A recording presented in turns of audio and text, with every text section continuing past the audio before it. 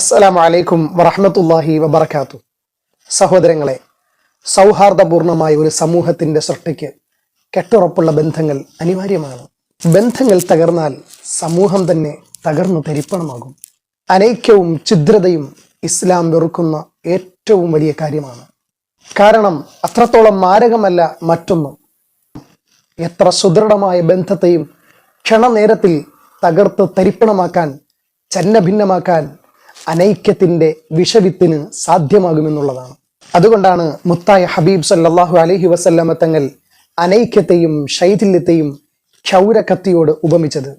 നബിതങ്ങൾ പറയുകയാണ്, ഹിയൽ ഹാലിഖ വലാ അഖൂലു തഹ്ലിഖു അശ്ശഅർ വലാകിൻ തഹ്ലിഖുദ്ദീൻ. ഞാൻ ഈ അനൈക്യത്തെയും ഛിദ്രതയും ഒക്കെ പറയുന്നത് തീർച്ചയായും നിങ്ങളുടെ മുടി കളയുന്ന കത്തിയെക്കുറിച്ചല്ല, മറിച്ച് നിങ്ങളുടെ ദീനിനെ തന്നെ ഛേദിച്ച് കളയുന്ന കത്തിയാണ് അനൈക്യവും ഛിദ്രതയും എന്നാണ് മുത്തായ തങ്ങൾ പഠിപ്പിച്ചത്.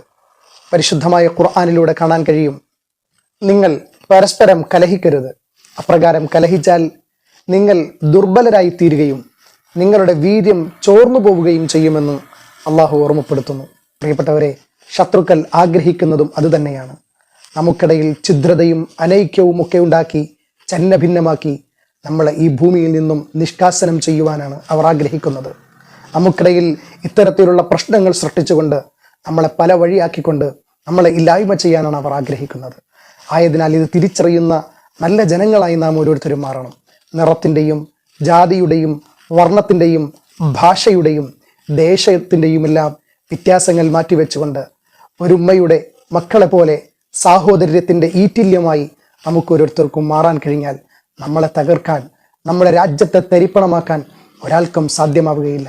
അതുകൊണ്ട് നമുക്ക് നമ്മുടെ മെയ് മറന്ന് നമുക്ക് ഒന്നായി ഒരുമയോടെ ഒറ്റക്കെട്ടായി നമ്മുടെ രാജ്യത്തിന് വേണ്ടി, നമ്മുടെ വിശ്വാസത്തിന് വേണ്ടി, നമ്മുടെ ഒത്തൊരുമയ്ക്ക് വേണ്ടി, നമ്മുടെ ഈ രാജ്യത്തിൻ്റെ നല്ല നടപ്പിന് വേണ്ടി നമുക്കെല്ലാം ഒന്നായി അണിചേരാം.